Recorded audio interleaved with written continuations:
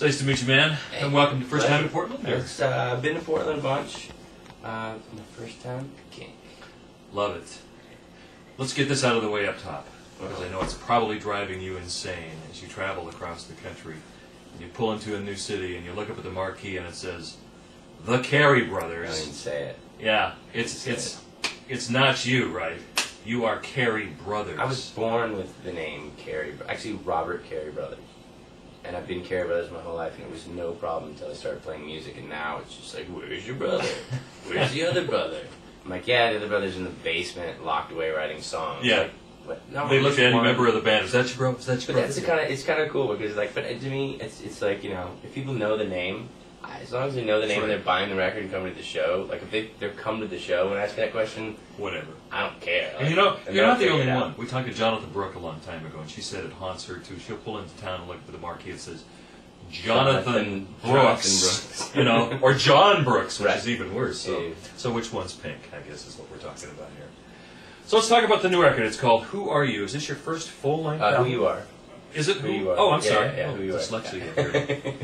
It's your first full-length album? Yeah, this is the first full-length. Did a couple of EPs after stuff started happening, after Blue Eyes and the Garden State soundtrack. I kind of stayed independent and was running a label out of my house and put a couple of EPs out, which I thought people knew what EPs were, but because I grew up like shoegazy, British loving, you know, when I was a kid, and I would always hunt down EPs coming from across the pond, and then I put out EPs here, and people just don't understand. They were like, is that like a maxi single? Like, no, it's an EP. No, it's just what's that stand for? Yeah, so I finally was like, okay, I need to put a full-length record out. Go. So I put the record out a couple months ago, yeah. And just been on the road nonstop ever since. You mentioned the internet and your webpage. You have used the web as a tremendous promotional tool for some time, even before it really began to catch on like it has. Talk a little bit about some of the things you've instituted. I mean, to me, it was just like I'm kind of ultimately of the idea, very Jeff Tweedy like thought that when you put when I put music out in the world, it's out there. It's not mine anymore. People are going to pay for it. They're going to pay for it. They're going to steal it. They're going to steal it. Like, it's not my thing. So one thing I did from the start was putting up free songs on the website too. I did like a free song of the week thing. Where every week I do like a cover or some live performance, and just constantly putting stuff up there to keep people coming back. And you know, I was just really active with MySpace. Like, you know, to me the communication with a fan, either physically like at the show, like meeting, shaking hands, seeing them the first time, or actual responding to their messages on MySpace or email or whatever, like that is just as important to me as like making music. Like that connection is so, like, I know a lot of people who have their like managers or whatever like run their sites and respond to emails for them, and I don't know how to do that. I don't know how to get a personal email from a kid about, you know, how the song affected them or what they're going through in their life, and, you know, have some manager's assistant like write them back. And so it's just it was to me, it was a big part of the responsibility of really staying in touch with everybody. When you're on the road, and it's tough, but, you know. Have you ever had a one-to-one with someone that was an internet friend that you got to meet personally? Oh, I mean, every night. Came to your show? Every night. It's like, you know, it's because to me, it's like, you know, success and failure, like, you will find, hopefully, a great deal of success, and eventually you're going to, you know, with every great success is failure, and it's just, I want to be doing this for the rest of my life.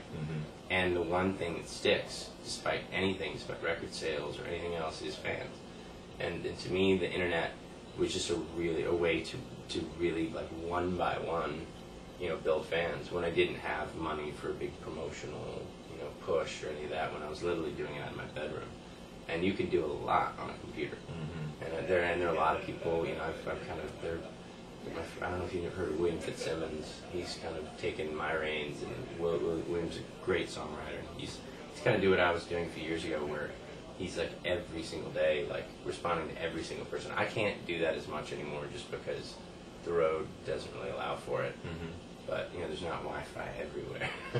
What'd you think of Radiohead's latest thing, giving away the album for whatever you want to pay? I just think it's fantastic. I just think the curiosity of what is. I love that they're basically saying, what is music worth? You know, asking the question of every individual person who goes to that site, what is music worth to you? Like me, I paid $10 for it. You know. How does it make you feel, though? I think the statistic came back like 60% paid nothing.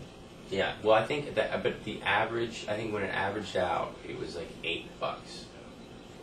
And you know what, I mean, you know, they can do that because they're going to go do a stadium tour and make $8 billion.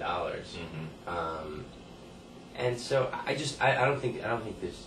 It'd be really nice if every single time someone listened to my music, they paid money for it, so I could pay my bills and I could continue this. But it's just you can't control this beast anymore, and so why even try?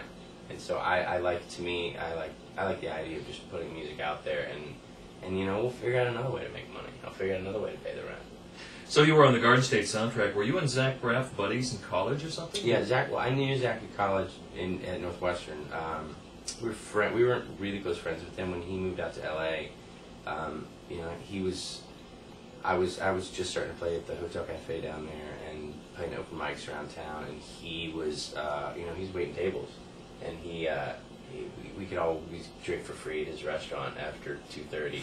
So, you know, it was a very broke ramen noodles kind of friendship, and starving artists getting together. You know, and it's like there's actually a great group, musicians and writers and actors and friends of ours in LA that have just supported each other so much from the start. Like anytime anybody gets a leg up, and that's kind of, I pass that on to the way I look at the Hotel Cafe too in LA. It's just like anytime anyone has some kind of success, everybody helps, you know, anyone else out. And Zach was very much along that mentality. Like the second he had, you know, a chance to do this film, you know, he gave me this opportunity. So the album now, Who You Are, I don't quite understand. Is this an independent release? Are you controlling the strings on this, or is this with a label? This is, you know, I talked to the majors and stuff last fall, and I just ultimately realized that I don't think that system is going to be around much longer. And want to, again, like with the internet stuff, like figure out a new way to do it. A company called Blue Hammock in New York, there's an indie that's been around for a few years. They believe in music. It's the first people that I met with that love music as much as I do. And it's really, you know, obviously everybody wants to make some money there. It's really not about the money. It's about getting good music out there and really pushing it. And they released the record, and they've been absolutely wonderful. And, you know, we'll see where things go. I might end up signing some other artists and releasing them through an imprint on Blue Hammock as well. So I just want to keep it going. Keep the passion. Yeah. Keep the faith. That's very cool. It's nice to have a chance to hang out and talk Absolutely. with you. It's Cary Brothers. Look for the album. It's Who You Are in the Kink Green Room.